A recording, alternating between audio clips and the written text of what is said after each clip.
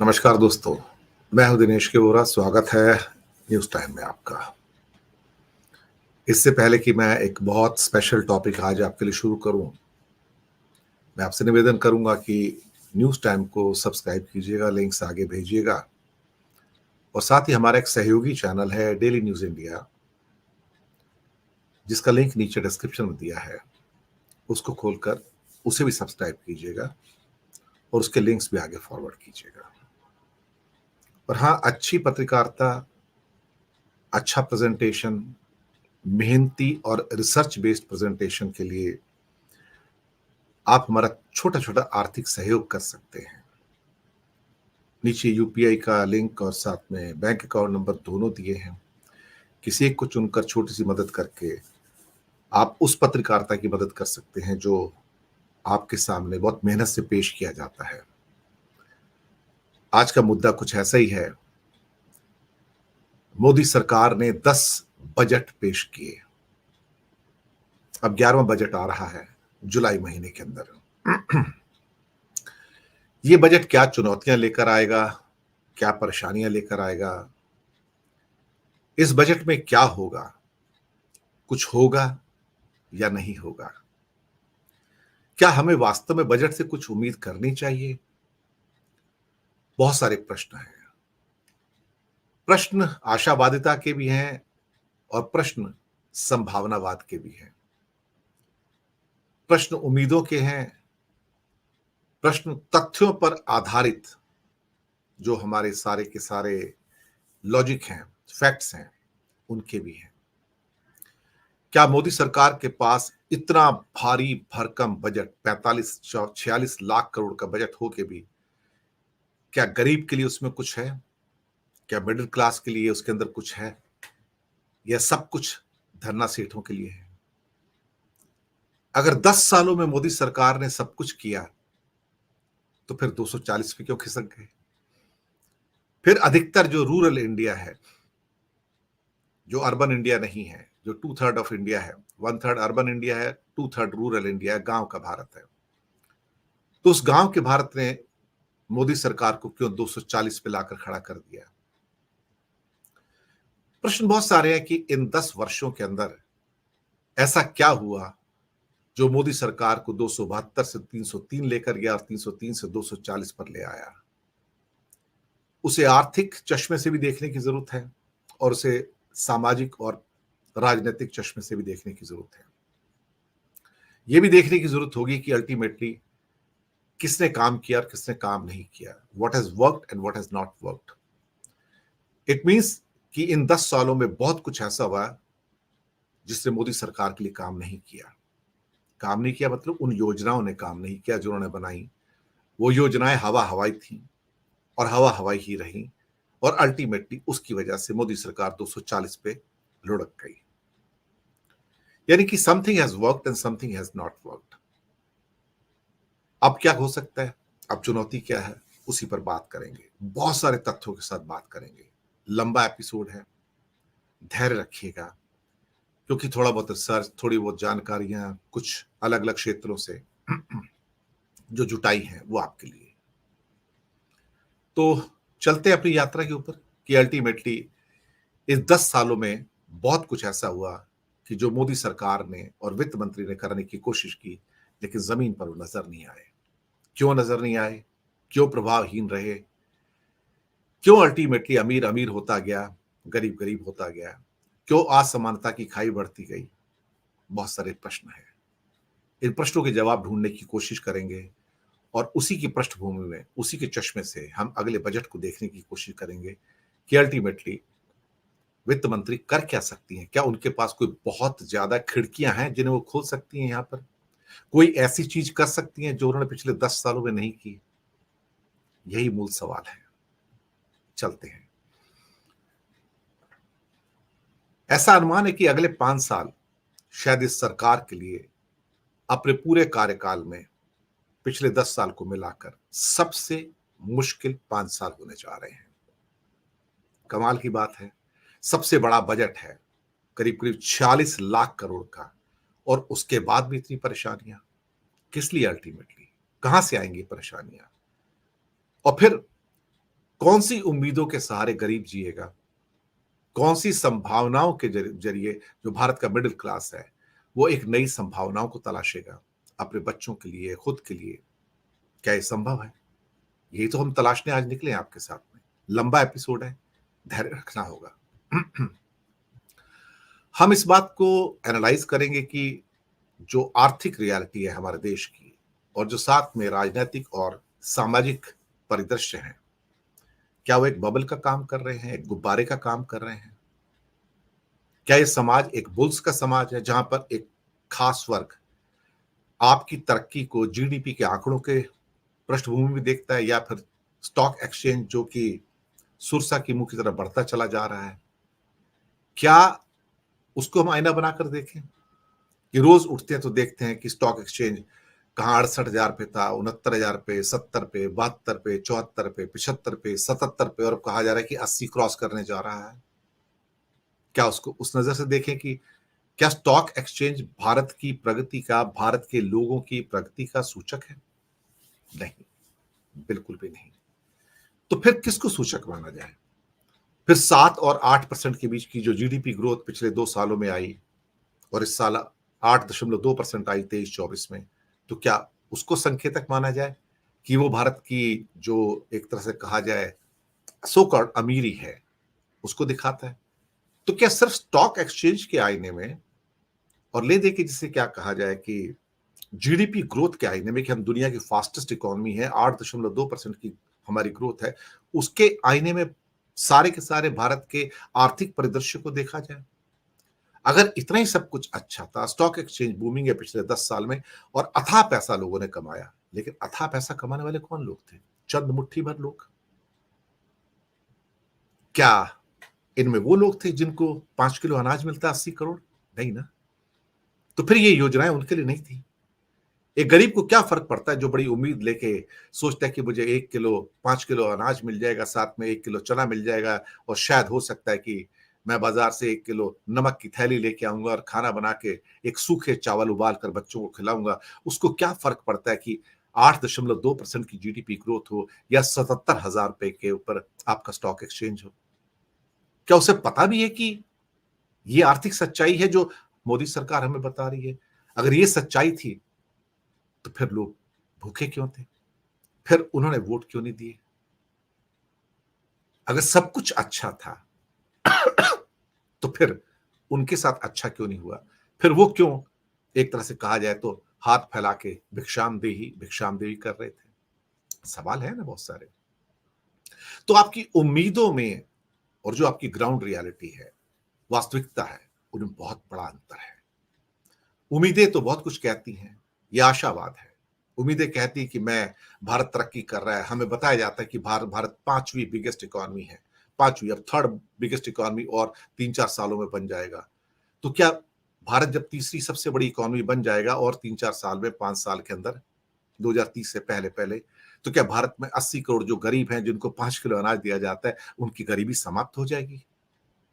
नहीं, उनकी गरीबी समाप्त नहीं होगी। क्या उनको पहनने के लिए अच्छे कपड़े मिल जाएंगे?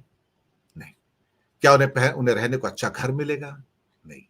क्या उन्हें भरपूर भरपेट खाना मिलेगा? नहीं। यूनाइटेड नेशन की रिपोर्ट कहती है कि दुनिया में हर 10 में से 1 व्यक्ति भूखा है। इतना भूखा है कि रोज भूखा सोता है। एक वक्त का खाना भी उसे नसीब नहीं है। एक वक्त का भी। हर 10 में से 1 व्यक्ति दुनिया में भूखा है, और इतना भूखा है कि वो प्रतिदिन भूखा सोता है। ये मैं नहीं कह रहा हूं, ये यूनाइटेड नेशन कह रहा है।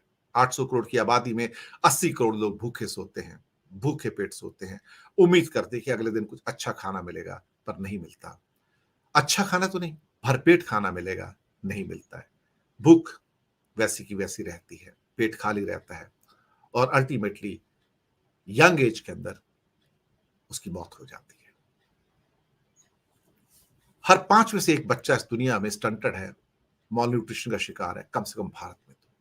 हर 5 में से 1 बच्चा। कमजोर कंधे, कमजोर बच्चा, उससे उम्मीद की जाती है कि वो बच्चा आगे बढ़कर जब जवान होगा तो एक नए भारत को अपने कंधे पर ढोएगा। क्या वो ढो सकता है? वो कद में भी छोटा रह जाता है, वजन में भी कम रह जाता है, वो स्टंटेड भी है, वेस्टेड भी है, उससे उम्मीद की जाती है। ये ग्राउंड रियलिटी है। उम्मीदें हैं कि ये बच्चा हेल्दी होगा, लेकिन ग्राउंड रियलिटी कहती है, तथ्य कहते हैं कि नहीं, वो बच्चा हेल्दी नहीं है, वो अपना बोझ उठाने के लायक नहीं है, देश का बोझ क्या उठाएगा। तो आशाओं के बीच में और जो ग्राउंड रियलिटी है, जो तथ्यात्मक चीजें हैं, उनमें बहुत फर्क है। क्या किया जाए? कभी कभी सच बहुत कड़वा होता है, लेकिन कहना पड़ता है कि भारत की वो रियलिटी जो कि हम तीसरी बड़ी इकोनॉमी बन जाएंगे 5वें से, और दुनिया के सामने हमारा डंका बजता है, लेकिन हर 5 में से एक बच्चा मॉल न्यूट्रिशन का, कुपोषण का शिकार है ना? इस बात को कौन पहचानेगा? इस बात को कौन ढकेगा? और फिर हर इंडेक्स में हमारा नंबर तो नीचे ही रहता है ना। और हंगर इंडेक्स हो या मॉल न्यूट्रिशन का इंडेक्स हो, हम तो ऊपर आते ही नहीं कभी। तो उसकी पृष्ठभूमि में देखेंगे कि क्या इनको कुछ मिलेगा बजट में? क्या सरकार के पास कुछ है कि इनको दे सके? क्या सरकार के पास वो सब कुछ है कि जो भारत के करोड़ों बच्चे जो नंगे पैर स्कूलों में जाते हैं या रबड़ की चप्पल पहन के जाते हैं, उनके पास यूनिफॉर्म के पैसे नहीं है, वो स्कूल में दाखिला इसलिए लेते हैं कि उनको एक मिड डे मील मिलेगा, वहां पर शायद दोपहर का खाना मिल जाएगा, कुछ एक क्या कहते हैं पानी जैसी दाल और साथ में उबले हुए चावल उनको मिल जाएंगे। तो क्या उसके पेट भरने के लिए जब वहां पर जाते हैं, उसके लिए पढ़ते हैं वो? हाँ, उसके लिए पढ़ते हैं कि वहां मिड डे मील मिलेगा उनको। वो इसलिए नहीं जाते कि उनको पढ़ाई करनी है, वो इसलिए जाते हैं कि उनकी पेट की भूख शांत हो सके। उनमें से अधिकतर बच्चे उसी रूप में जानते हैं। तो क्या भारत जब तीसरी बड़ी इकोनॉमी हो जाएगा और इसी बजट के आखिरी दौर तक 2029 तक, तो क्या ये भूखे बच्चे जो ये सोचकर स्कूल में आते हैं कि हमें मिड डे मील मिलेगा और पढ़ाई तो हमें करनी नहीं क्योंकि उसके लायक तो उनके पास कुछ है नहीं, तो क्या ये तथ्य मिट सकता है? ये हकीकत मिट सकती है कि ये बच्चे एक दिन स्कूल में पढ़ने के लिए आएंगे, मिड डे मील के लिए नहीं आएंगे? ये भी एक फैक्ट है ना। तो आशाओं के बीच में, उम्मीदों के बीच में और जो ग्राउंड रियलिटीज है, वास्तविकताएं हैं, उनमें बहुत बड़ा फर्क है। आज उसी की तो परीक्षा करने के लिए बैठे हैं। ये बजट जो आ रहा है, ये सब उसी पृष्ठभूमि में और उसी चश्मे से हम देखने की कोशिश करेंगे कि अल्टीमेटली किसको क्या मिला, किसी को कुछ मिला भी या नहीं मिला। अब अगली स्लाइड पे चलें तो ये सारी लड़ाई जो इस बजट में होगी, फैक्ट्स वर्सेस एक्सपेक्टेशन की होगी। यानी कि जो तथ्य हैं, जो ग्राउंड है, जो ग्राउंड रियलिटी है और जो उम्मीदें हैं। इतिहास दरअसल हमेशा हमें गलत साबित करता है। ऐसा कभी हुआ ही नहीं। इसलिए कहा जाता है कि इतिहास अपने आप को दोहराता है। हम इतिहास में गलतियां करते आते हैं, हम उससे सीखते नहीं। कभी कभार सीख जाते हैं, लेकिन गलतियां करते हैं और सीखते नहीं, और उसके बाद फिर एंड रिजल्ट फिर वही होता है कि फिर हम एक डिसास्टर करते हैं। जैसे कि आप यकीन मानिए कि जब पिछली सदी की शुरुआत में जब महामारी आई थी, पेंडेमिक जो स्पेन से निकली थी, पूरी दुनिया में फैली और अनुमान है कि 5 से 6 करोड़ लोगों की मौत हुई थी। तो उसके बाद हमने उसके बारे में किताबों में पढ़ा और हमने सोचा कि दुनिया में फिर कभी महामारी नहीं आएगी। लेकिन महामारी आई। उम्मीदें क्या थी कि महामारी कभी नहीं आएगी, लेकिन महामारी आई। ग्राउंड फैक्ट कुछ और थे, उम्मीदें कुछ और थी, और उसने हमें झकझोर दिया कि क्या ऐसा भी हो सकता है। बहुत सारे लोग जो सोचते थे कि वर्ल्ड वॉर 1 या वर्ल्ड वॉर 2 के बाद कभी दुनिया में फिर से युद्ध नहीं होगा और शांति होगी, क्या उनकी आशाएं सही निकली? फिर भी युद्ध हुए। अब उसमें एक के बाद एक युद्ध, ना जाने कितने हुए। वियतनाम का युद्ध हो या फिर इंडिया पाकिस्तान के युद्ध हो या बाकी कई देशों के जो युद्ध हैं, अभी भी यूक्रेन और हमास के युद्ध चल रहे हैं। तो क्या ये समाप्त हो गए? उम्मीदें क्या थी कि युद्ध नहीं होंगे, पर हुए। ये ग्राउंड रियलिटी है, ये तथ्य है, ये वास्तविकता है। हम बहुत बार ऐसा होता है कि वास्तविकता से मुंह मोड़ लेते हैं और हम उम्मीदों के ऊपर जीना शुरू कर देते हैं, लेकिन वास्तविकता कुछ और होती है। ये बजट उसी लाइट में देखना है हमको, उसी पृष्ठभूमि में देखना है कि उम्मीदें तो बहुत सारी हैं, लेकिन वास्तविकताएं क्या है? वो बहुत हार्ड है, वो झकझोर देने वाली है हमको, शूक करती है हमको। अब समस्या कई बार ये होती है कि हम जो चाहते हैं, हम सोचते भी वैसा है कि यानी कि हमारे अगर कुछ सपने हैं कि ये होगा, तो हम सोचते हैं कि दुनिया वैसी होगी। लेकिन जो हम सोचते हैं जरूरी नहीं दुनिया वैसी हो, जरूरी नहीं वो घटनाएं घटित हो जो हम चाहते हैं। और अक्सर ये होता है कि हमारे उम्मीदों पर तुषारपात होता है कि जो हम सोचते हैं वो नहीं होता है, और फिर हम शौक में आते हैं कि ऐसा कैसे हो सकता है, हमारी उम्मीदों पर पानी कैसे फिर गया। We expect what we want actually, will happen, हम सोचते हैं कि यही होगा क्योंकि वो हमें सूट करता है, लेकिन उसके द्वारा हम एक कोकून में या हम ट्रैप हो जाते हैं। ये भी एक जिंदगी की सच्चाई है, इससे हम कैसे मुंह मोड़ सकते हैं? कारण अब जरूरी है कि हम उन कारणों को देखें जो अभी तक काम नहीं कर पाए। हाँ, देखना जरूरी है। ऐसे बहुत सारे आर्थिक कारण हैं जो ना केवल हमें आईना दिखाते हैं, बल्कि वो हमें वो कारण बताते हैं कि किस वजह से भारतीय जनता पार्टी सब कुछ करने के बावजूद जो वो सोचती थी कि उन्होंने ठीक किया, लेकिन वास्तविकता ये थी जनता सोचती कि उन्होंने ठीक नहीं किया। तो इसका मतलब कि जो आशाएं थी भारतीय जनता पार्टी की, हमने इतना कुछ कर दिया पिछले अप्रोक्सीमेटली 10 साल के अंदर कि कोई और देश कर ही नहीं सकता, हमने सब कुछ उनको दिया। हमने उनको 5 किलो अनाज फ्री में दे दिया, हमने उनको किसान सम्मान निधि दी, हमने उनको कुछ और फ्री की योजनाएं दी, हमने उनको सब कुछ दिया जो उनको मिलना चाहिए था। उसके बावजूद क्यों उन्होंने उनको वोट नहीं दिया और 240 पे आ गए? तो आशाएं और संभावनाएं उनकी ये कहती थी कि, बल्कि आशाएं कहा जाए कि उम्मीदें ये कहती थी कि उन्होंने सब कुछ किया। उन्होंने देश की तरक्की के लिए, जीडीपी के लिए, थर्ड इकोनॉमी अभी 5वीं है तो थर्ड भी हो जाएगी, वहां पहुंचाने के लिए, और साथ में पर कैपिटा इनकम को थोड़ा सा राइज करने के लिए उन्होंने सब कुछ किया जो वो सोचते थे कि हमने देश के लिए सब कुछ किया, बाकी किसी ने कुछ किया नहीं। लेकिन क्या जनता ने माना? क्या वो जनता ने तो माना नहीं ना। तो वो जो इकोनॉमिक लैप्सेस हैं, वो जो रीजंस हैं, ये जो आर्थिक कारण है, वो हमारे आने वाली जो सामाजिक, जो क्या कहते हैं कि शेप है, या जो पॉलिटिकल शेप है, वो उसको निर्धारित करेंगे। ये आर्थिक कारण है जो हमारे राजनीति का, क्या कहते हैं ना, उसको आकार प्रदान करेंगे, हमारे समाज को आकार प्रदान करेंगे। बजट, बाजार, अर्थव्यवस्था, ये सभी जो इकोनॉमिक मैटर्स हैं, ये इसको शेप करेंगे। अगर इतनी गरीबी, इतनी बदहाली ना होती, जमीन के ऊपर वास्तविकता अगर कड़वी ना होती, तो भारतीय जनता पार्टी 240 सीट पर नहीं आती थी। क्योंकि उन्होंने तो कहा था अब की बार 400 पार। जब वो कहते थे अब की बार 400 पार, इसका मतलब उन्होंने सब कुछ अच्छा किया, कुछ गलत किया ही नहीं है। लेकिन फिर आशाएं कैसे डैश हो गई? फिर लोगों ने वोट क्यों नहीं दिया? क्योंकि बहुत कुछ ऐसा जो सोचा गया कि मैंने किया है, एक्चुअली उन्होंने किया नहीं था। लेकिन लोगों को बताने की कोशिश कर रहे थे कि हमने किया, लेकिन वो उनकी आशाएं थी। लेकिन वास्तविकता की धरती के ऊपर वो सब नहीं हो रहा था जिसे सरकार चाह रही थी, जिसे मोदी जी या वित्त मंत्री चाहते थे। अल्टीमेटली सरकार तो बनी, वही मिनिस्ट्रीज, वही मिनिस्टर, लेकिन इस बार चुनौतियां अलग हैं। अब क्या बदलाव हो सकता है और क्या बदलाव नहीं हो सकता? सब कुछ तो कर लिया, क्या बचा? अब गरीबों को 5 किलो अनाज दे दिया, आयुष्मान योजना दे दी, किसान सम्मान निधि दे दी, छोटी मोटी और क्या कहते हैं कि डोज दे दी, फ्रीबीज दे दी। स्टेट गवर्नमेंट ने भी फ्रीबीज दे दी, कहीं बस में फ्री यात्रा है, कहीं पर 100-200 यूनिट पानी फ्री है, बिजली फ्री है। कमाल की बात है ना। कॉर्पोरेट्स को सब कुछ कर दिया, 35% से उनके टैक्स रेट घटा के 22% कर दिए। कुछ करने को तो और बचा ही नहीं है। ऐसा क्या कर सकते हो अभी जो समाज के अंदर चेंज लेके आए, जो लोगों को पसंद आए? जो गरीबों के लिए करना था वो कर दिया, जो अमीरों के लिए करना था वो कर दिया, जो बीच के हैं वो ना इधर के ना उधर के। तो अब वित्त मंत्री क्या कर सकती हैं? मोदी जी अब कर क्या सकते हैं और क्या नहीं कर सकते? ये सारी जंग उसी की तो है अल्टीमेटली। तो उम्मीदें और टूटी हुई उम्मीदों का इस सारा पिटारा है। हमने सोचा कि, जैसे मैंने कहा कि कुछ चीजें ये कभी नहीं होंगी, ये हो ही नहीं सकती, यानी कि 400 से नीचे हम आ ही नहीं सकते, लेकिन हुई। We thought it won't happen, but that happened.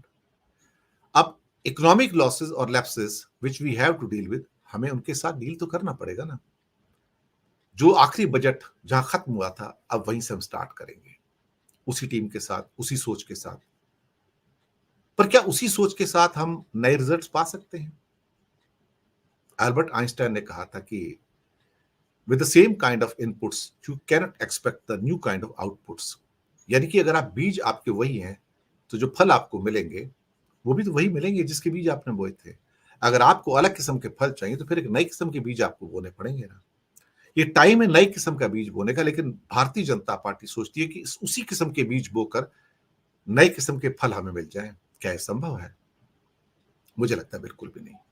It means जो आपने गलतियां की थी, जिसके कारण 240 पे पहुंचे हैं, अब आपके पास क्या रास्ते हैं, आप क्या करना चाहते हैं? सब कुछ तो आपने कर लिया, ऐसा कुछ बचा ही नहीं जो आपने ना किया हो। मैक्सिमम फ्यूल डाला आपने, यानी कि जितना आप मैक्सिमम कर सकते थे इस देश में अपनी सोच के हिसाब से, कि आप सोचते हो ठीक है, वो आपने कर लिया। आपने सरकार का खर्चा आसमान पे पहुंचा दिया। इंफ्रास्ट्रक्चर के ऊपर जो खर्चे 3-4 लाख करोड़ के होते थे, आपने बढ़ाकर करीब 11-12 लाख करोड़ तक पहुंचा दिया। और फिर उसके लिए आपको पूरा ताबड़तोड़ बड़ा आपको डेट लेना पड़ा, कर्जा लेना पड़ा। इतना कर्जा कि जहां 2014 में सरकार के कर्जे 55 लाख करोड़ थे, वो 10 साल में पहुंचते पहुंचते 155 लाख करोड़ पे आ गए, फिर 187 लाख करोड़ पे आ गए। तो आपने दिखाने के लिए वो भी किया कि मैक्सिमम हम खर्चा हम करेंगे। कॉर्पोरेट टैक्स आपने रिड्यूस कर दिया, 35% से घटा के आप 22% पे आ गए। लेकिन जब मिडिल क्लास को कुछ इनकम टैक्स देने की बारी आई, तो वहां पर टैक्स आपने बढ़ा दिया। यानी कि आप कॉर्पोरेट प्रेमी बने, आप अडानी अंबानी को देते रहे, देते चले गए, एक के बाद एक देते चले गए, सब सहूलियत देते गए। इंपोर्ट लाइसेंस दिए, बंदरगाह दिए, पोर्ट्स दिए, थर्मल पावर प्लांट दिए, ग्रीन हाइड्रोजन दिया, फ्यूल दिया, सोलर एनर्जी दे दिया, विंड एनर्जी दे दिया, सब कुछ तो उनको सौंप दिया। लेकिन फिर भी हालात क्यों नहीं बदले नीचे? अगर सब कुछ कर दिया था आपने अमीरों के लिए, तो फिर वोट क्यों नहीं मिले आपको? जो गरीबों को फ्रीबीज देनी थी आपने, जो आज तक कभी हिंदुस्तान में दी नहीं गई थी, आपने देनी शुरू की कोरोना के बाद में कि 5 किलो अनाज दिया जाएगा ताकि ये लोग मर ना जाए, भूख से ना मर जाए। पर भूखे तो है ना वो। तो अल्टीमेटली जब उनको आपने 5 किलो अनाज देना शुरू किया था, तो उनको भूखा किसने बनाया? सोचने वाली बात है। अल्टीमेटली वो आदमी जो पिछले 70 सालों में कभी उस लेवल पे नहीं पहुंचा था कि जहां पर उसको 2 वक्त की रोटी ना मिले, तो उसको उस स्तर तक पहुंचाने वाला कौन था? आप ही तो थे। आपके जो 10 बजट थे, उन्होंने लोगों को उस स्तर तक पहुंचा दिया, वास्तविकता के उस स्तर पर पहुंचा दिया, उस धरातल पर पहुंचा दिया, जहां पर उनके पास खाने को रोटी भी नहीं थी। आपने रिफॉर्म्स भी कर लिए, आपने किसानों के रिफॉर्म्स करने की कोशिश की, लेकिन वापस लेने पड़े। आपने लेबर रिफॉर्म्स कुछ किए, अभी तक इंप्लीमेंट नहीं हुए। और आपने फिर नोटबंदी भी कर ली, जीएसटी भी लेके आ गए। आपने कई और भी रिफॉर्म किए, और आपने कानून भी कड़े कर दिए ताकि जिसको मन चाहे आप जेल में भी डाल दो। खैर, वो एक अलग मुद्दा है। लेकिन उसके बावजूद भी जो धरती के ऊपर जो पिक्चर थी, धरातल पर जो पिक्चर थी, वो सेम रही। क्या उससे गरीबी मिटी? बिल्कुल नहीं। क्या उससे जो प्राइवेट कंजप्शन थी, जो आप और मैं खरीदते हैं, जी खरीदारी करते हैं, जो आपकी पूरी इकोनॉमी का करीब 58% है, 56 से 58% है, वो तो सेम रहा।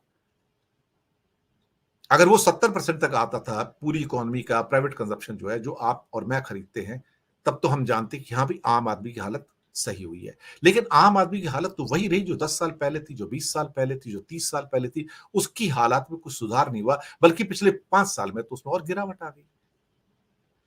पहले हम थोड़ा बहुत खा लेते थे, थोड़ा बचा भी लेते थे, सेविंग्स।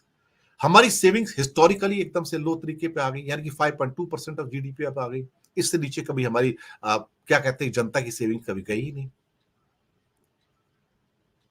ये तब हुआ जब आपने कहा कि मैंने 10 साल में इतना किया कि 70 साल में किसी ने नहीं किया। अगर आपने सब कुछ किया तो फिर सेविंग्स इतनी डाउन क्यों हुई? लोगों के पास पैसे क्यों नहीं बचे कि वो खर्चा करने के बाद थोड़ा बहुत बैंक में अपना सेविंग कर लें? आपने अपने खर्चों को बढ़ाने के लिए जो कर्जा था रिकॉर्ड लेवल पे लिया, और जो इंडिविजुअल है, आप और मैं हैं, हमें भी सस्टेन करने के लिए कर्जा लेना पड़ा, और हमारा कर्जा इस तरह ऐसे रिकॉर्ड लेवल पे जो भारत में कभी नहीं था। यानी कि अब हम गुजारा जो चला रहे हैं, कर्जा लेके गुजारा चला रहे हैं। ये भारत में पहले कभी नहीं हुआ था कि जो लोग हैं, अपने डेली की जो उनकी जरूरतें हैं, वो कर्जे पे आधारित है इस समय। इसका मतलब ग्राउंड लेवल तो फिर वही है। धरातल पर जो वास्तविकता है गरीब आदमी की या एक मिडिल क्लास की, वो तो वही है जो पहले थी। पिछले 5 सालों के अंदर रूरल वेजेस डाउन हो गए, नीचे गए हैं। जी हाँ, वास्तविकता में नीचे गए हैं। यानी कि जिनको 2019 में जो वेजेस मिलते थे, आज उससे कम वेज मिलते हैं, जबकि इन्फ्लेशन बढ़ गया, महंगाई बढ़ चुकी है। ये कारण था कि उन लोगों ने, जिनके जीवन में कोई बदलाव नहीं आया आपके बजट्स के कारण, जो आप कहते हो कि मैंने सब कुछ किया, लेकिन उनके जीवन में कोई बदलाव नहीं था। बदलाव चंद लोगों के जीवन में आया, इसलिए शायद उन लोगों ने वोट नहीं किया। ये कारण है। अब नया क्या कर सकते हैं? अमीरों को जितना देना था आपने दे दिया, गरीबों को जितना आपने बांटना था बांट दिया। अब और क्या दे सकते हैं? क्या आपके पास करने के लिए कुछ और है क्या? कुछ नया है क्या? यही तो इस बजट की कॉम्प्लेक्सिटी कॉम्प्लेक्सिटी है, यही जटिलता है इस बजट की। और जब निर्मला सीतारमण अपने टेबल पर बैठेंगी तो सोचेंगी मैं नया क्या कर सकती हूँ, मेरे पास बचा क्या इस टाइम देने के लिए। मैंने जो अमीरों को देना था वो मैंने दे दिया, जो गरीबों को देना था वो मैंने दे दिया। अमीरों को मैंने टैक्स कट्स दे दिए, उनको मैक्सिमम कंसेशन दे दिए, मैंने उनको लोन्स दे दिए, सब कुछ तो दे दिया, उसके बावजूद भी इन्वेस्ट नहीं करते हैं। हमने गरीबों के लिए जो करना था, फ्री ग्रेस करना था या जो भी करना था वो भी मैंने कर दिया, नल से जल भी दे दिया, आयुष्मान योजना दे दी। अब मैं और क्या कर सकती हूँ, मेरे पास कुछ है क्या करने को? क्योंकि ये सब कुछ करने के बावजूद भी जो नीचे के लोगों की परिस्थिति थी 100 करोड़ की वैसी है। तो it has not change in last 10 years. आपकी जितनी स्कीम थी पिछले 10 साल की, 10 बजट की, उसने कुछ चीजों में बिल्कुल भी बदलाव नहीं किया। यानी कि गरीबी वहीं की वहीं रही। गरीबों की संख्या में दरअसल देखा जाए तो इजाफा हो गया कोरोना के बाद में। आप भले ही अपने मुंह से कहते रहिए कि नहीं नहीं, हमने 25 करोड़ लोगों को गरीबी के मुंह से बाहर निकाला, पर कहां है वो 25 करोड़ लोग? कहां है वो? बताइए ना आप। तो फिर लगातार अगर 80 करोड़ को आप खाना दे रहे हो फ्री का, तो इसका मतलब वो लोग तो अभी भी गरीब हैं। अगर 140 करोड़ में 80 करोड़ के पास खाने को रोटी नहीं है और उसके ऊपर आप गर्व करते हो, तो मुझे लगता है ये तो एक्चुअली डूब मरने वाली बात है किसी देश के लिए। प्राइवेट कंजप्शन जो 58% पे थी, वो आज भी वहीं पर है, 58% के ऊपर है। वो तो बढ़ी नहीं उसके बाद। तो 10 साल में वो भी वहीं की वहीं रही। It means it has not changed, it has not worked. असमानता सबको पता है कि बढ़ी है। बहुत सारे लोग कहने की कोशिश करते हैं कि असमानता का बढ़ना कोई बहुत बड़ी बीमारी नहीं है, कोई बहुत बड़ी प्रॉब्लम नहीं है। आप इसको प्रॉब्लम के रूप में क्यों देखते हो? सही बात है। अगर एक अंबानी अपनी प्री वेडिंग के ऊपर 1100 करोड़ रुपए खर्च करता है अपने बेटे की, और गरीब देखता है कि हाँ, मेरे पास शायद आज रात को रोटी मिल जाए, तो दोनों में तो कोई फर्क है ही नहीं ना इसका मतलब। ये वो लोग हैं जो कहते हैं कि अंबानी की जो इतनी दौलत है, अडानी की जो दौलत है, वो सही है, उसमें कोई बुराई नहीं है। और जब ये बात की जाती है कि दौलत का थोड़ा बहुत डिस्ट्रीब्यूशन होना चाहिए, उनके ऊपर ज्यादा टैक्स लगा के कुछ गरीबों के लिए काम करना चाहिए, एजुकेशन हेल्थ के लिए काम करना चाहिए, तो फिर वो नाक मुंह से क्या बोलते हैं कि वो सिकोड़ते हैं कि ऐसा क्यों होगा, उनका पैसा क्यों लिया जाए। वो पैसा आया कहां था? अल्टीमेटली गरीबों से पैसा आया ना सारा का सारा। रूरल वेजेस जो थे, गांव के जो वेजेस थे, वो कम हुए। अर्बन वेजेस जो है मुश्किल से इन्फ्लेशन को मीट कर पा रहे हैं, मुश्किल से, वो भी डाउन हुए हैं। सेविंग्स वो डाउन हुई हैं। कर्जे सरकार ने इतने बढ़ा लिए कि अब तो मुझे कुछ कहने की जरूरत नहीं कि 55 लाख करोड़ से 155 लाख करोड़, अब 187 लाख करोड़। अब और कहां जाएंगे आप? इसके बाद तो डेट ट्रैप है, और क्या होता है? बचता ही क्या इसके बाद? अब 10 सालों में चेंज तो नहीं होना अल्टीमेटली। जब कुछ चेंज नहीं हुआ, इसकी वजह से 240 पे आए। ये वो आर्थिक मुद्दे हैं, ये वो आर्थिक कारण है, ये वो वास्तविकताएं हैं जिसके कारण लोग सोचते हैं कि 240 पर ये क्यों आए हैं। ये एक कारण है, क्योंकि हम हमेशा राजनीतिक कारण ढूंढते हैं, सामाजिक कारण ढूंढते हैं, लेकिन उसको अगर हम देखें खासतौर से, जिसे हम कहते हैं कि आर्थिक जो एक वास्तविकताएं हो सकती हैं, जो कठोर वास्तविकताएं हैं, जो आपके जीवन को बुरी तरह से प्रभावित करती है, मैं अगर उसकी नजर से देखूं तो वास्तव में कुछ ना कुछ तो ऐसा जरूर है कि जो हमें एक किस्म से कहा जाए तो हॉन्ट करता है। अब इसके बाद क्या होगा? एम्प्लॉयमेंट है नहीं। अब अर्बन एरिया में ग्रोथ कितनी है, मैं आपको एक आंकड़े पेश करता हूं यहां पर। ये आंकड़े पिछले करीब करीब 24 साल के आंकड़े हैं। यानी कि शहरी क्षेत्रों में जो हमारे जॉब्स जो थे, उनमें कितनी बढ़ोतरी हुई है, जिसे नॉन एग्रीकल्चर एरिया भी कहा जाता है। सन 2000 से लेके 2005 तक में जो हर साल जो जॉब ग्रोथ हुई है, 3.4% हुई है। 2004 में तो मनमोहन सिंह आ गए, तो उससे पहले अटल बिहारी वाजपेयी थे, तो 3.4% की ग्रोथ हुई। यानी कि फैक्ट्रियां लगती थी, लोगों को वहां पर हायर किया जाता, तो वो लोग काम करते थे, तो हर साल 3.4% ज्यादा ग्रोथ होती थी। यानी कि ज्यादा लोगों की जरूरत थी काम करने के लिए। 2005 से लेकर 2012 तक, जो कि सारा मनमोहन सिंह का टाइम था, तब भी 3.3% की CAGR, यानी कि कंपाउंड एवरेज ग्रोथ रेट, यानी कि शहरों के अंदर जो ग्रोथ रेट थी जॉब्स की, 3.3% थी। 2012 से 2019, इसमें 1.5 साल मनमोहन सिंह का है और उसमें बाकी साल मोदी के हैं। यहां पर ये गिरकर 1.6% पे आती है अर्बन जॉब ग्रोथ जो है। आप सोचिए, बिल्कुल आधी हो जाती है, जो कि उससे पहले करीब करीब 2000 से लेकर 2012 तक ऑलमोस्ट 3.5 के आसपास की जो ग्रोथ थी, वो गिरकर 1.6 पे आती है। तो मोदी के टाइम के अंदर ह्यूज डाउनफॉल, यहाँ पे जॉब्स जाने शुरू हो जाते हैं। जबकि यहाँ आपने नोटबंदी भी की, GST भी लागू किया, कुछ और रिफॉर्म्स भी लेके आए, but it did not work. ये जमीन पर काम नहीं किया अल्टीमेटली। इसने कोई ऐसी वास्तविकता पेश नहीं की जिसके द्वारा आपके एम्प्लॉयमेंट, नौकरी के चांसेस युवाओं के लिए बढ़ पाए। और 2019 से लेकर 2023 तक तो बिल्कुल ही ऐसा लगता था कि कैटास्ट्रॉफ है, एक सुनामी आ गई है। और जहां पर ये जो अर्बन जॉब ग्रोथ थी, ये माइनस में 0.1 पर चली गई, यानी कि यहां नौकरियां चली गई और फिर वापस आई ही नहीं कभी। अब आप सोचिए यहां पर कि कोविड तो था यहां पर, लेकिन रिकवरी उसके बाद आने वाले सालों में हुई नहीं, बिल्कुल भी नहीं हुई। यही दिक्कत थी सारी यहां पर। अब इस बजट को इस नजर में देखने की जरूरत है कि जो हमारी जॉब ग्रोथ थी, या हमने सब कुछ अमीरों के लिए कर दिया, कॉर्पोरेट के लिए किया, गरीबों के लिए जो करना था वो कर दिया, अब क्या? यानी कि जॉब्स तो डाउन है। जो 2024 के अंदर आ, हमने करने की कोशिश की, वो इलेक्शन में काम नहीं किया। लोग लोग समझ गए कि जो आप 10 साल से कर रहे हो, वो उसमें हमको क्या मिला ultimately, what's there for me. तो रूरल जॉब ग्रोथ जो थी, अब इसमें मैं बता रहा हूं कि गांव के अंदर 2006 से लेके 2015 तक वो उसकी वृद्धि करीब करीब 4% से बढ़कर 18% आ गई। ये वो दौर था जो बेसिकली मनमोहन सिंह का दौर था, 18% पे। लेकिन उसके बाद 2015 के बाद आते आते ये 5% पे आई, और फिर 2015 और 2023 के बीच में फिर से 5% के आसपास ही चल रही है। यानी कि मोदी जी के समय में रूरल जॉब ग्रोथ थी, जो गांव की जो ग्रोथ थी, वो भी देखा जाए तो बिल्कुल खत्म हो गई और 5% पे आ गई। वो 5% पे क्यों आई? क्योंकि शहरों से लोग कोविड के दौरान निकले, गांव में गए, तो फिर शहरों में वापस नहीं आ पाए, क्योंकि शहरों में जॉब थे ही नहीं, और गांव में इसलिए मनरेगा का भी कॉस्ट बढ़ गया, और more and more money was pushed into the MNREGA. ये सारी दिक्कत थी। इसका मतलब कि रूरल इंडिया इस डिस्ट्रेस, यानी कि ये जो जमीनी उनकी जो मिजरेबलनेस थी, जो उनकी गरीबी थी, जो उनकी बदहाली थी, उस बदहाली के चश्मे से देखो तो गरीबों ने वोट किया 2024 में, और यहां बीजेपी गांव के अंदर हारती है, तभी तो 240 पे पहुंचते हैं। इसको इस चश्मे से देखने की जरूरत है। तो कोविड के बाद क्या हुआ कि कॉर्पोरेट्स को रिकॉर्ड कंसेशन दे दी गई, रिकॉर्ड बोरोइंग्स यानी कि कर्जे लिए गए, कंपनियों को सस्ता डेट यानी कि कर्जा दिया गया, सारी सारी की सारी दौलत कंपनियों को सौंप दी गई। एक पैकेज आया था ना, आपको मालूम होगा, 20 लाख करोड़ का, जो कोविड के दौरान अनाउंस किया था, सारा बैंकों से। देना किसको था? लेकिन सबका सब कंपनीज को देना था। गरीब आदमी को क्या मिला? 5 किलो अनाज। अभी इस पीरियड में और 10 साल के पीरियड में अगर आप देखेंगे तो अर्बन और रूरल जॉब ग्रोथ, यानी कि गांव के अंदर और शहर के अंदर जो आपकी एम्प्लॉयमेंट का जो सीन था, वो एब्सोल्युटली बदहाली का सीन था, मिजरेबल वर्स्ट। अब मुसीबत तो यह है कि थोड़े बहुत जॉब जो बड़े थे कोविड के बाद में, वो एग्रीकल्चर सेक्टर में बढ़े, और तब बड़े जोर शोर से कहा गया कि हमारी कृषि ने हमारी अर्थव्यवस्था को बचा लिया कोविड होने के बावजूद भी। लेकिन जब लोग गांव वापस गए तो उसके बाद वापस लौट ही नहीं पाए, क्योंकि शहरों के अंदर जॉब थे ही नहीं। तो 2000 से 2005 तक फार्म जॉब यानी कि एग्रीकल्चर जॉब ग्रोथ थी, जो 1.7% थे। 2005 से लेकर 2012 तक -2.1 थी।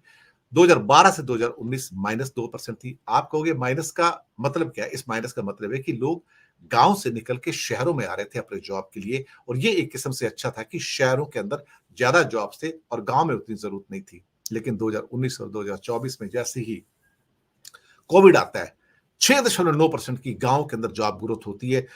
ये अच्छी बात नहीं थी 6.9%, क्योंकि जब लोग वापस गए वहां पर तो वापस नहीं आ पाए। गांव तो चले गए, लेकिन गांव से कभी शहरों को लौट नहीं पाए।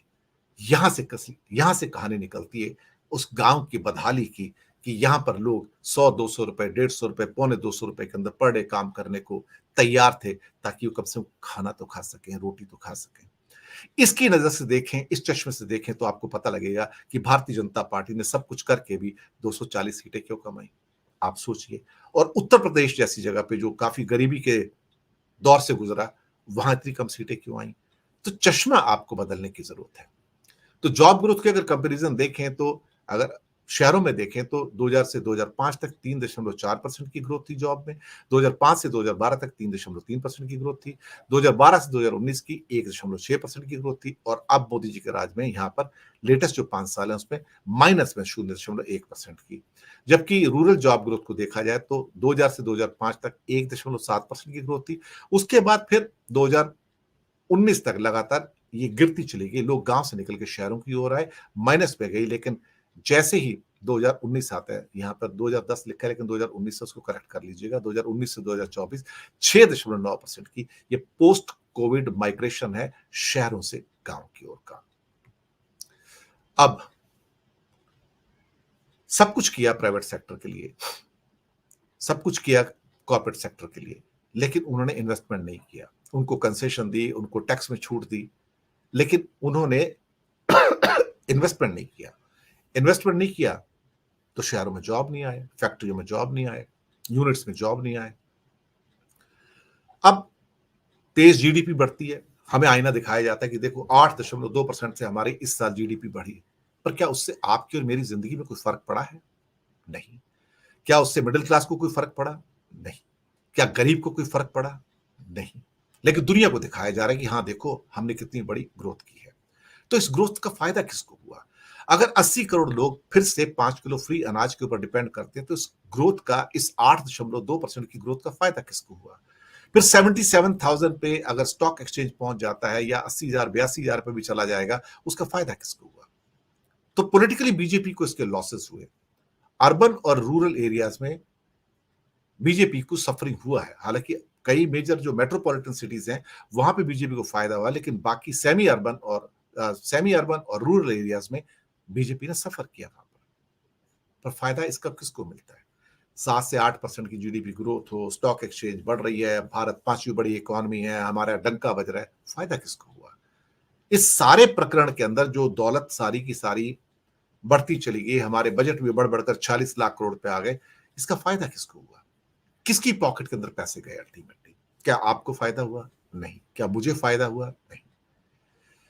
ये सवाल हैं। इन सवालों की नजर में आपको इस चुनाव के वर्डिक्ट को देखने की जरूरत है और इन्हीं सवालों के आईने से आपको आने वाले बजट को भी देखने की जरूरत है। दरअसल ये प्रश्न आज भी मुझे हॉन्ट करता है कि जीएसटी इंट्रोड्यूस किया, उसका फायदा किसको हुआ? राज्यों को नुकसान हुआ, आपका और मेरा बोझ बढ़ गया, जबकि हमसे कहा गया था कि जीएसटी आने से हमारी जेब के ऊपर थोड़ा सा बोझ कम हो जाएगा। क्या बोझ कम हुआ? बिल्कुल भी कम नहीं हुआ। स्टेट्स को पैसा नहीं दिया गया, ये कह के कि 42% देना था फाइनेंशियल कमीशन की रिपोर्ट के हिसाब से, लेकिन सिर्फ 30% दिया गया क्योंकि केंद्र को ज्यादा पैसे चाहिए थे और एक एक करके उन्होंने जो टैक्सेस थे उनको सरचार्ज और सेस में बदलना शुरू कर दिया ताकि राज्यों को पैसा न दिया जाए। राज्यों को पैसा नहीं मिला तो फिर राज्य की जो स्कीम थी, खासतौर से एजुकेशन की और हेल्थ की, वो सफर करती चली गई। बच्चों के पैरों में चप्पल नहीं थी, यूनिफॉर्म नहीं थे, स्कूल जा रहे थे, वहां ब्लैक बोर्ड नहीं थे, वहां पर चॉक्स नहीं थी, कुछ भी तो नहीं था वहां पर। और आज भी गांव की जो हालत है, स्कूलों की जो, इवन अर्बन कंडीशन में जो हालत है, खासतौर से मुंबई के अंदर आप जाएंगे, गवर्नमेंट स्कूलों की जो हालत है, म्युनिसिपल स्कूलों की जो हालत है, इट्स मिजरेबल। तो ये जितने भी रिफॉर्म्स आए, अल्टीमेटली भारत जो चमक रहा है उसका फायदा किसको हुआ? स्टेट्स को पैसा नहीं दिया गया, वो तरसते रह गए। कर्नाटक में सूखा पड़ा, पिछले साल भयंकर सूखा पड़ा, सदी का सबसे बड़ा सूखा पड़ा, केंद्र ने मदद नहीं की इसको, क्योंकि वहां बीजेपी गवर्नमेंट है, वहां कांग्रेस गवर्नमेंट थी, क्यों पैसे देंगे उनको अल्टीमेटली? ये सब चीजें हार्ट बर्न पैदा किया अल्टीमेटली, और पूरा का पूरा एक असंतुलन पैदा होता है। अगर प्राइवेट सेक्टर ने कोई कैपेक्स नहीं किया, यानी कि कैपिटल एक्सपेंडिचर, कोई इन्वेस्टमेंट ही नहीं किया, कोई जॉब्स नहीं आए, डिमांड डिमांड नीचे हो गई, यानी कि सप्लाई थी लेकिन डिमांड नहीं है, लोग खरीद नहीं पा रहे हैं, ये बहुत बड़ी दिक्कत थी। डिमांड और सप्लाई को अगर इस नजर से देखें तो एक आपके सामने बड़ा खूबसूरत एग्जांपल देता हूं। 2003 और 2008 के दौरान में अगर आप पाएंगे या सन 2000 से देखेंगे कि छोटी कारों की इंडिया में बहुत बिक्री होती थी, स्कूटर मोटरसाइकिल की बहुत बिक्री होती थी, इसको हम कह सकते हैं कि रोबस्ट डिमांड थी। लेकिन उस टाइम बहुत जो महंगी गाड़ियां थी, जैसे कि जो उस टाइम के हिसाब से 20 30 40 लाख की गाड़ियां थी, वो बिकती थी लेकिन ठीक ठाक थी, जो कुछ चंद अमीर लोग थे वो खरीद पाते थे। लेकिन 2008 और 2014 के बीच में ऐसा आया कि जहां छोटी कारें और टू व्हीलर्स की बिक्री में थोड़ी कमी आ गई और लोगों की जेब में थोड़ा सा पैसा आना शुरू हुआ मनमोहन सिंह के टाइम में, तो लोगों ने थोड़ी महंगी गाड़ियां भी खरीदनी शुरू कर दी। महंगी गाड़ियां जैसे कि होंडा सिटी टाइप की गाड़ियां जो उस टाइम 6 7 8 लाख की आती थी, तो वो 4 लाख की गाड़ी छोड़ के 8 लाख पे चले गए लोन लेके। तो एक मॉडेस्ट इंक्रीज हुआ था स्मॉल कार के अंदर, और टू व्हीलर्स में उनकी सेल होती है। लेकिन 2013 2019 में यहां पर जो छोटी कारें और टू व्हीलर्स की सेल है वो तो डाउन होनी शुरू हो गई, लेकिन जो महंगी कारें थी उनकी बिक्री शूट अप होनी शुरू होती है। और सबसे बड़ा कमाल होता है 2019 और 24 में, यहां पे तो टू व्हीलर्स और स्मॉल कार्स नेगेटिव में चली गई, माइनस में चली गई उनकी सेल और बिक ही नहीं रही थी। और जो महंगी गाड़ियां थी एसयूवी टाइप की, वो शूट अप कर गई। तो यानी कि एक इमेज बनती है कि आज इंडिया में जो 50% गाड़ियां बिकती हैं वो एसयूवी होती हैं और उनकी वेटिंग लिस्ट इतनी लंबी है कि भाई आज बुक कराओ तो 6 महीने बाद आपको गाड़ी मिलेगी। अब इस पृष्ठभूमि के अंदर भी के शेप्ड जो हमारी इकोनॉमी है उसको देखने की जरूरत है। यानी कि एक हिस्सा जो के का होता है ऊपर जाता है, एक हिस्सा जो है नीचे जाता है। हम समझ लीजिए इस ढंग से ये के बन जाता है। एक हिस्सा जो ऊपर जा रहा है लगातार वो बहुत रिच लोग हैं वो है, और दूसरा जो है नीचे जा रहा है तो उसको आप क्या करोगे? यानी कि लोगों के पास नीचे के सेगमेंट में इतने पैसे भी नहीं है कि वो मोटरसाइकिल, स्कूटर और स्मॉल कार खरीद सके, उसकी खरीदारी नहीं है। ये भी अब नए इंडिया की रियलिटी है। लेकिन शायद कई जो इकोनॉमिस्ट हैं, जो विश्लेषक हैं, उन्हें शायद के शेप रिकवरी से कोई परेशानी ही नहीं है देखा जाए तो। इसका मतलब कि रूरल जॉब्स एंड एम्प्लॉयमेंट पिछले 10 साल में मिजरेबल शेप में आया, इतनी बदहाली में आया कि वो स्मॉल कार या टू व्हीलर भी नहीं खरीद पाया। ये जो बदहाली थी, इसने बीजेपी को कम वोट दिए और वो 240 पे रुक गई। 80 करोड़ लोगों को खाना दिया, किसान सम्मान निधि दी, लेकिन खोया हुआ जो पीस था उसमें, उसे हम वापस नहीं पा पाए। कोरोना के बाद तो हालात और बिगड़े और मनरेगा के अंदर रजिस्ट्रेशन बढ़ते चले गए और हम पैसा झोंकते चले गए, क्योंकि लोगों के पास इतने पैसे नहीं थे कि 2 वक्त की रोटी जुटा पाए। फिर किसको क्या मिला? शेयर बाजार तो बूम कर रहा था, लोगों के पास जमकर पैसे आ रहे थे और यही दिखाया जा रहा था दुनिया को, देखो जीडीपी के साथ स्टॉक एक्सचेंज कहां जा रहा है। लेकिन फायदा किसको था वहां पर? चंद लोगों को। वो चंद लोग ही आपको टैक्स दे रहे थे और आप कह रहे थे देखो पर्सनल इनकम टैक्स कितना बढ़ गया, लेकिन उसके अंदर एक डिविडेंड टैक्स का पार्ट भी था जो सरकार ने आपको बताया नहीं, क्योंकि 2021 के अंदर वो डिविडेंड टैक्स जो बहुत बड़ा पोर्शन था पर्सनल इनकम टैक्स में डाल दिया गया कॉर्पोरेट से निकाल के। तो फायदा किसका हुआ? अडानी अंबानी का हुआ। नुकसान किसका हुआ? आपका और मेरा हुआ। जीएसटी को क्या सरकार घटाएगी? अब क्या दे सकते हैं अल्टीमेटली? अब निर्मला सीतारमन जब बजट लेके आएंगे तो क्या करेंगी? क्या जीएसटी घटाएंगी? क्या पर्सनल टैक्स की कंसेशन देंगी? बिल्कुल नहीं देंगी, क्योंकि इस सरकार का एक औचित्य है, मोदी सरकार का एक औचित्य है। मोदी कभी किसी को कंसेशन नहीं देते, लेकिन अपने दोस्तों को कंसेशन दे सकते हैं और गरीबों को भीख दे सकते हैं। ये इनका मेन मुद्दा है यहां पर। लेकिन क्या वो वित्त मंत्री करेंगी ऐसा? बिल्कुल भी नहीं करेंगी। अब रिच कौन हुआ? चंद लोग। अब इसकी नजर से देखें तो आप पाएंगे कि इकोनॉमी के जो 4 इंजन होते हैं, एक private expenditure, government expenditure, private consumption और एक्सपोर्ट्स। एक्सपोर्ट्स डाउन थे, प्राइवेट कंजप्शन डाउन था, प्राइवेट कैपिटल एक्सपेंडिचर डाउन था। सिर्फ एक गवर्नमेंट का एक्सपेंडिचर जो चल रहा था यहां पर, इसके अलावा और कुछ भी नहीं था। और उसके सारे जो इंफ्रास्ट्रक्चर का बड़ा बड़ा के 10 लाख करोड़ पे लाया गया, वो जो चौथा इंजन था वो 10 साल तक इनको खींच के ले गया। लेकिन वो सारा का सारा जो इंजन था वो ज्यादा कर्जे पर डिपेंड करता था। जैसे ही आपने 4 लाख करोड़ से 10 लाख करोड़ का सारा इंफ्रास्ट्रक्चर स्पेंड किया गवर्नमेंट का, क्योंकि आपका कर्जा शूट अप करके कहां से कहां आसमान पे पहुंचता है, तो पैसे थे नहीं, तो बोरो करके कर्जा लेके आपने खर्चा किया। अब उसको वापस कौन करेगा? इस चश्मे में से भी इस बजट को देखने की जरूरत है। अब देखो 2004 से लेके 2015 का ये सारा पीरियड जो मनमोहन सिंह का था, यहां पर बेसिकली प्राइवेट जो कैपिटल एक्सपेंडिचर था सबसे ज्यादा बड़ा वो प्राइवेट का बढ़ता था, लेकिन उसके बाद तो प्राइवेट घटता ही चला गया। मोदी जी के आने के बाद प्राइवेट सेक्टर सिकुड़ गया, कहता है हमें नहीं इन्वेस्ट कर रहा भाई, हमें यकीन नहीं है कि ये सरकार हमें कुछ दे सकती है। लेकिन एक यहां पर एक और फर्क आया पिछले 5 सालों के अंदर, कि कंपनियों ने देखा कि जो मास प्रोडक्शन की चीजें हैं, जो छोटी चीजें हैं, जैसे कि छोटी कार, छोटे स्कूटर, छोटे बिस्किट्स, वो बनाने बंद कर दिए, क्योंकि वो बिक नहीं रहे थे। लेकिन जहां 5 रुपए का एक पार्ले जी का बिस्कुट पैकेट की सेल डाउन होती है, वही एक 50 रुपए के एक चॉकलेट की कीमत बढ़ जाती है और वो बिकता है। ये भारत में एक पहली बार देखा गया कि जहां पर जो क्या महंगी वस्तुएं हैं वो तो बिक रही हैं और जम के बिक रही हैं। महंगी कारें हों, महंगे महंगे बड़े बड़े लेडीज बैग्स हों, महंगी ज्वेलरी हो, ये बिक रहे हैं। महंगा सोना हो, वो बिक रहा है। महंगे कपड़े हों, यानी कि एक शर्ट खरीदने जाते तो 50,000 की शर्ट है वो बिक रही है।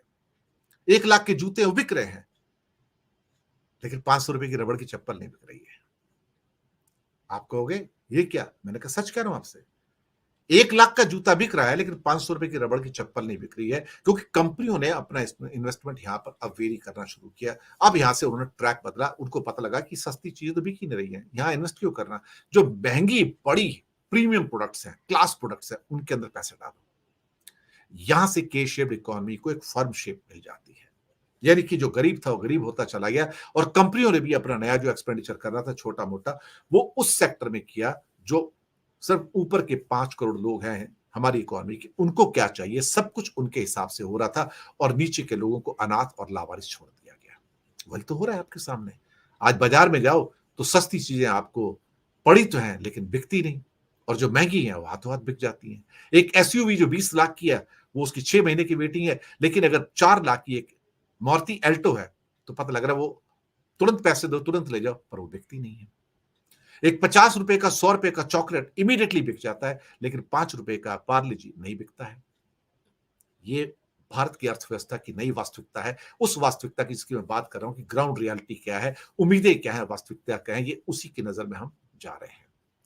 तो मास प्रोडक्ट के ऊपर जो बेस्ड इकोनॉमी है, यानी कि सस्ता बालों का तेल चाहिए, सस्ता साबुन चाहिए, वो बनने बंद हो गए, सब कुछ प्रीमियम आना शुरू हो गया। और आज आप देखेंगे कि कोरोना के बाद जो डिमांड आई थी चीजों की, वो भी अब थम गई है। यानी कि तब उसके पास लोगों के पास पैसे बचे थे थोड़े बहुत, वो खरीदारी हो गई, वो एक पेंटअप डिमांड होती है वो भी पूरी हो गई, अब कुछ नहीं बचा इसके बाद, अब क्या करोगे? अब डिमांड में डाउन स्लाइड है, तो फिर सेल कहां से होगी?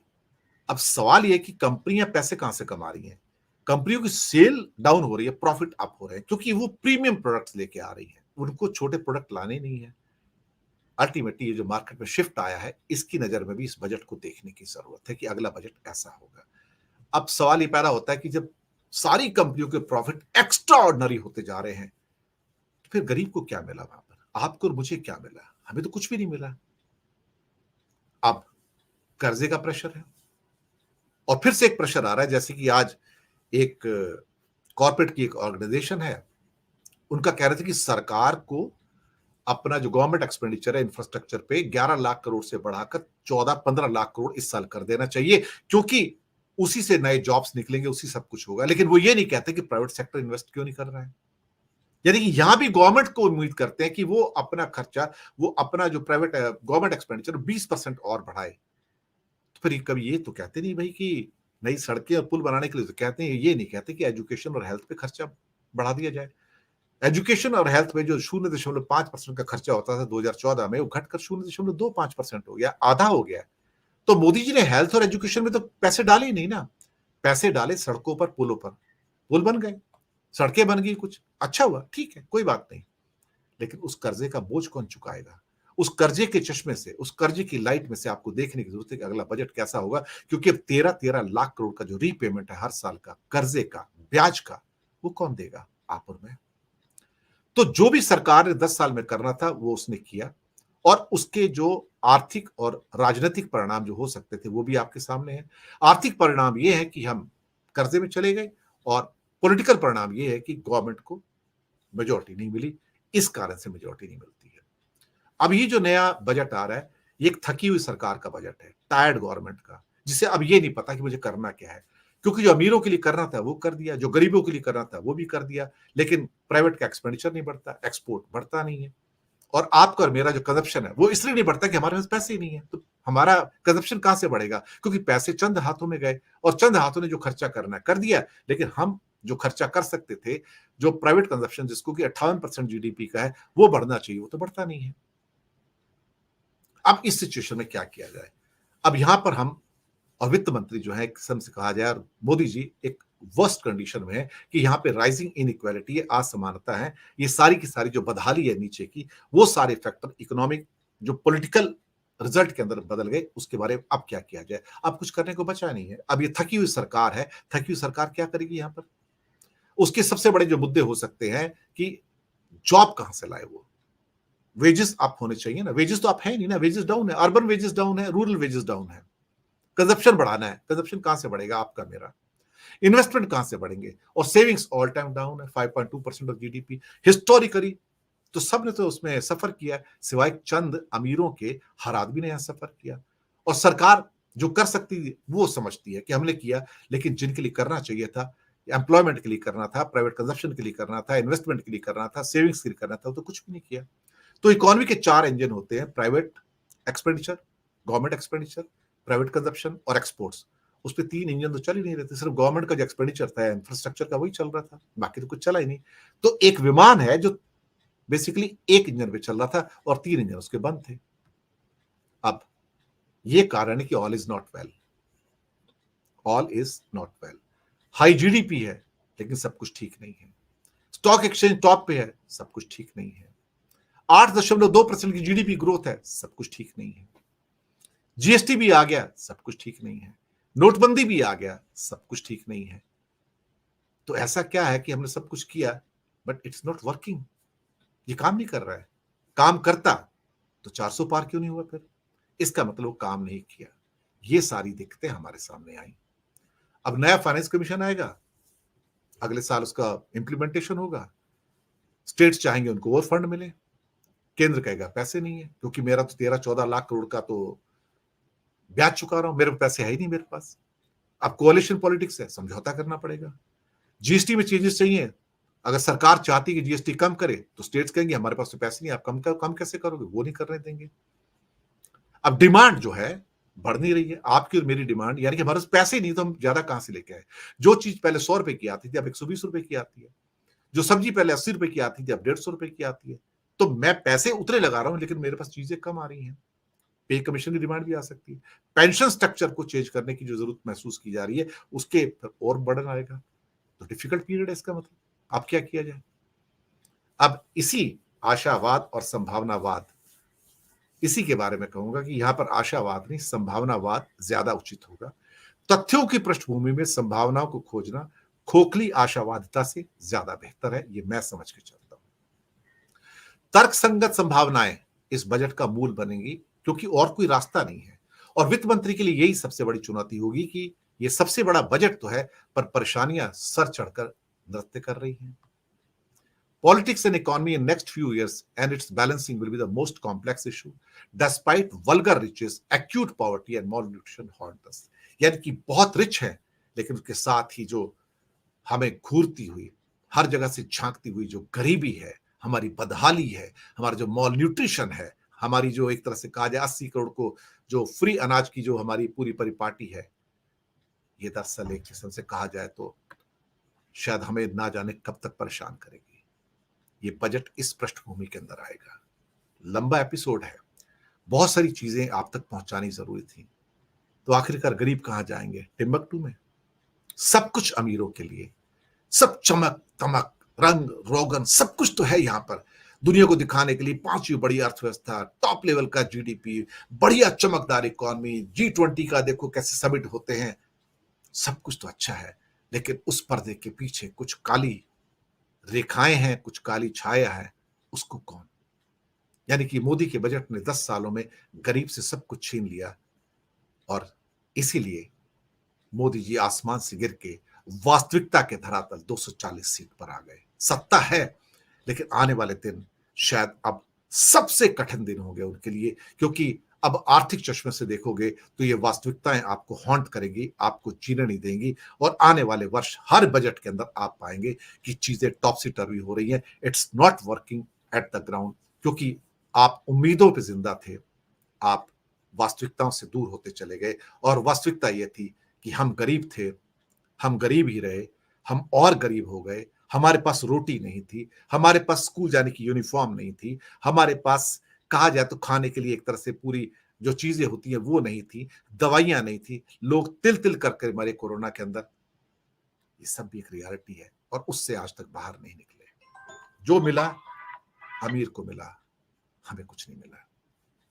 तो मोदी के बजट ने हमसे सब कुछ छीना, असमानता दी और एक किस्म से भारत को एक उस गरीबी के जंगल में धकेल दिया जहां से हम कभी वापस नहीं आ पाएंगे, कम से कम अगले 10-15-20 सालों तक। खैर, ये थी हमारी पेशकश, उम्मीद आपको पसंद आई होगी। अपनी टिप्पणी दीजिएगा, अपनी फीडबैक दीजिएगा, बताइएगा प्रोग्राम्स कैसे लगे हैं। धन्यवाद आप सब।